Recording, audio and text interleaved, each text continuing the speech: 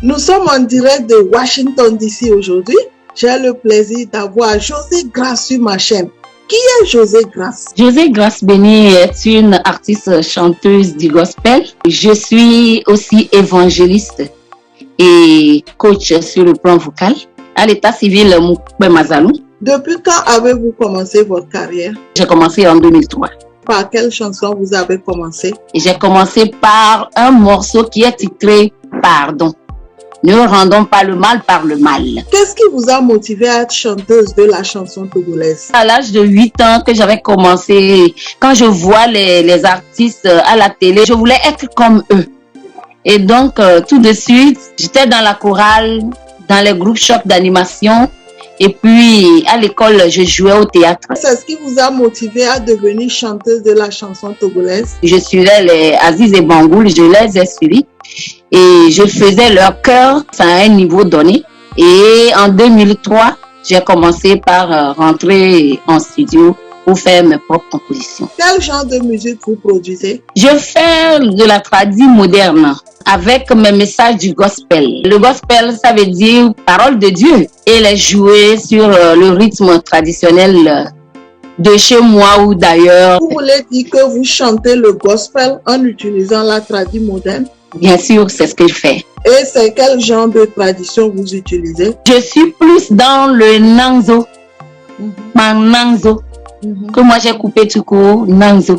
Donc je fais une fusion de Nanzo et l'afro-pop. Bimozi, c'est Nanzo fusion. J'ai fusionné Nanzo à l'afro-pop. J'utilise la langue kabyère pour fusionner à l'afro-pop. Et donc cette musique que j'utilise s'appelle le Nanzo. Et donc je l'appelle Nanzo fusion. Par quelle chanson vous avez commencé votre carrière? J'ai commencé ma carrière avec le titre Pardon. Ne rendons pas le mal par le mal, qui est sur mon premier album, qui est sorti en 2003. Combien d'albums avez-vous aujourd'hui? J'ai à mon actif 7 albums et le 8e est en studio. Et combien de chansons avez-vous aujourd'hui? 80 et plus, hein, parce que j'ai eu à composer des morceaux pour des entreprises et des circonstances de fête, des anniversaires et tout. Il y en a qui demandent à ce que nous puissions composer. Et sur le plan politique aussi, nous composons des chansons pour sensibiliser. Avez-vous déjà eu des awards? En 2003, j'ai été nominée meilleure dans la composition de la chanson sur le sida. Et j'ai reçu mon prix à la salle Fazao du 2 février.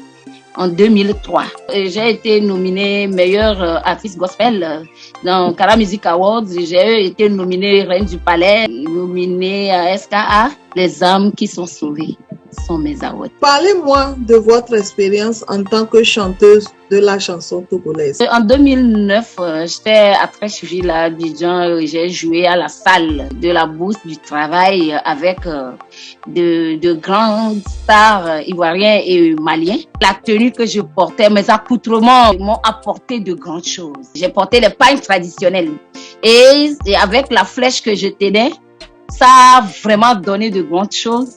Ça m'a propulsé d'ailleurs et ils m'ont demandé à faire une tournée avec eux. Nous devons nous encourager les uns les autres. Est-il facile d'être un artiste au Togo? C'est pas du tout facile d'être artiste au Togo. Quel conseil avez-vous aujourd'hui à donner à un jeune Togolais qui veut commencer sa carrière? Moi, je dirais, il faut sentir l'appel.